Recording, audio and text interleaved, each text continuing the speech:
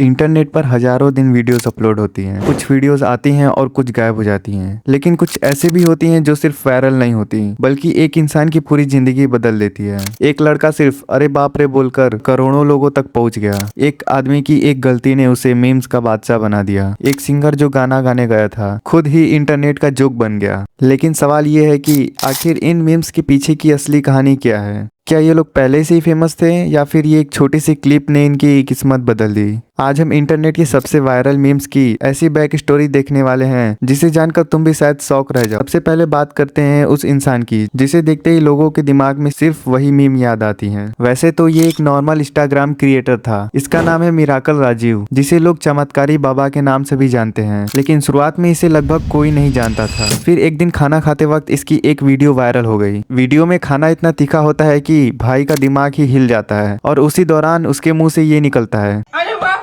बस यही दो शब्द इसकी जिंदगी बदल देते हैं। लोगों ने इस क्लिप को हजारों बार रिपोस्ट किए, मीम्स बनाए और देखते ही देखते ये इंटरनेट का नया मीम मटेरियल बन गया। हालांकि लोग इसे फेमस कम और ट्रोल ज्यादा करते थे। अब बात करते हैं उस बंदे की जो हर बात पे कहता है मेरी जान। इसका नाम है समीर स्टाइलो। आज इसके लाखों फॉलोअर हैं, लेकिन इसकी सबसे बड़ी वायरल क्लिप एक इंटरव्यू में थी। इंटरव्यू में उसे फेमस इन्फ्लुएंसर दानिश जैन के बारे में पूछा गया था। भाई ने दानिश के तारीफ करते करते ऐसी बात बोल देते हैं कि लोगों की हंसी नहीं रुक पाती। इसने बोला कि दानिश भाई की कोई कॉपी नहीं कर सकता, मतलब वो अलग ही लेवल का बंदा था। बस यही वजह थी कि इंटरव्यू का ये हिस्सा वायरल हो गया और देखते ही देखते समीर स्टाइलो इंटरनेट पर छा गया।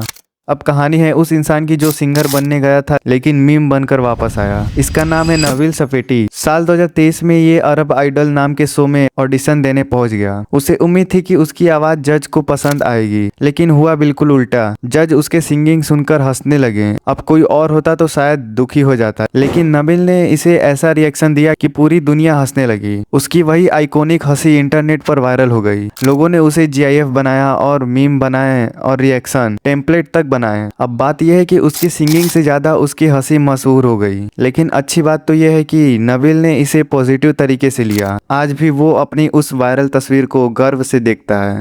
अब बात करते हैं उस बच्चे की जिसने पूरे इंडिया को हंसा दिया था। रिपोर्टर ने एक नॉर्मल सवाल पूछा था, तुम्हारा फेवरेट सब्जेक्ट कौन सा है? लेकिन शायद बच्चे ने सब्जेक्ट की जगह सब्जी सुन लिया था और उसने ये जवाब दिया था, बताओ कौन सा सब्जेक्ट अच्छा लगता है?